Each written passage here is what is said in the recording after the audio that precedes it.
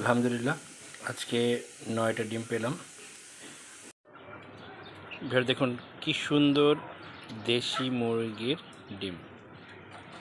So আমরা সবাই কিনে খেতে চাই, কিন্তু আলহামদুলিল্লাহ আমরা যদি ইচ্ছা করি তাহলে কিন্তু আমরা নিজেরাই মুরগি পালনের মাধ্যমে এই ডিম উৎপাদন করতে পারি, ফ্যামিলির চাহিদা মেটাতে পারি।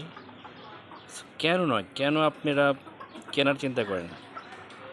সামান্য জায়গা, ইভেন কি বারান্দায়, ইভেন উঠোন, যেখানে যার যতটুকু সুযোগ আছে আমরা যেন এই ডিম উৎপাদনের ক্ষেত্রে অন্য কারোর প্রতি ডিপেন্ড না করি, আমরা নিজেরাই যেন এটা উৎপাদন করার চেষ্টা করি।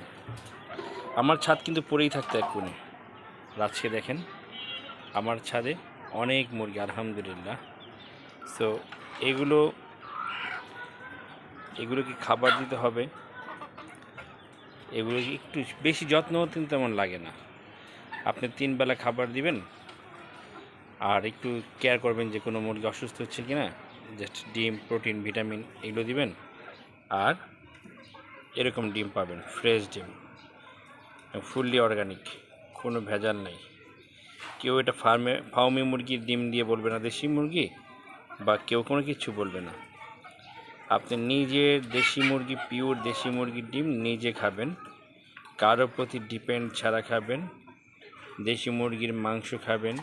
এখানে দেখেন আমার যতগুলো মুরগি বাচ্চা সব অ্যাডাল্ট হয়েছে, এর মধ্যে আমি হিসাব করে দেখলাম 17টা মোরগ আছে। তাহলে 50টার মধ্যে যদি 17টা মোরগ থাকে, তাহলে এই মোরগগুলোই কিন্তু আমরা মাংসের চাহিদা মেটাবে। মোরগগুলো আপনি প্যারেন্টসের মোরগ কয়েকটা রাখবেন, বাকিগুলো আপনার মাংসের চাহিদা মেটানোর জন্য ব্যবহার করবেন। সো যে এরকম একটা মোরগ দেখেন, এই মোরগটার কথাই বলি, এটা কিন্তু আমার বাচ্চা মোরগ। এই মোরগটা কিন্তু যথেষ্ট প্রায় 1 কেজি ওজনের কাছাকাছি হয়ে গেছে। কেজিগুলো কিন্তু প্রায় 1 কেজির কাছাকাছি। 1 কেজি একটা মোরগ কিনতে গেলে বাজারে 600 টাকা যাবে, দেশি পিওর মোরগ।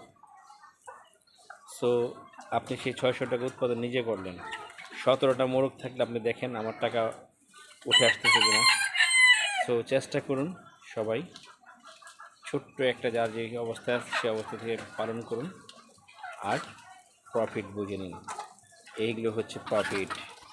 খরচ যেমন যাবে ইনশাল্লাহ প্রফিট ওরা আসবে। আলহামদুলিল্লাহ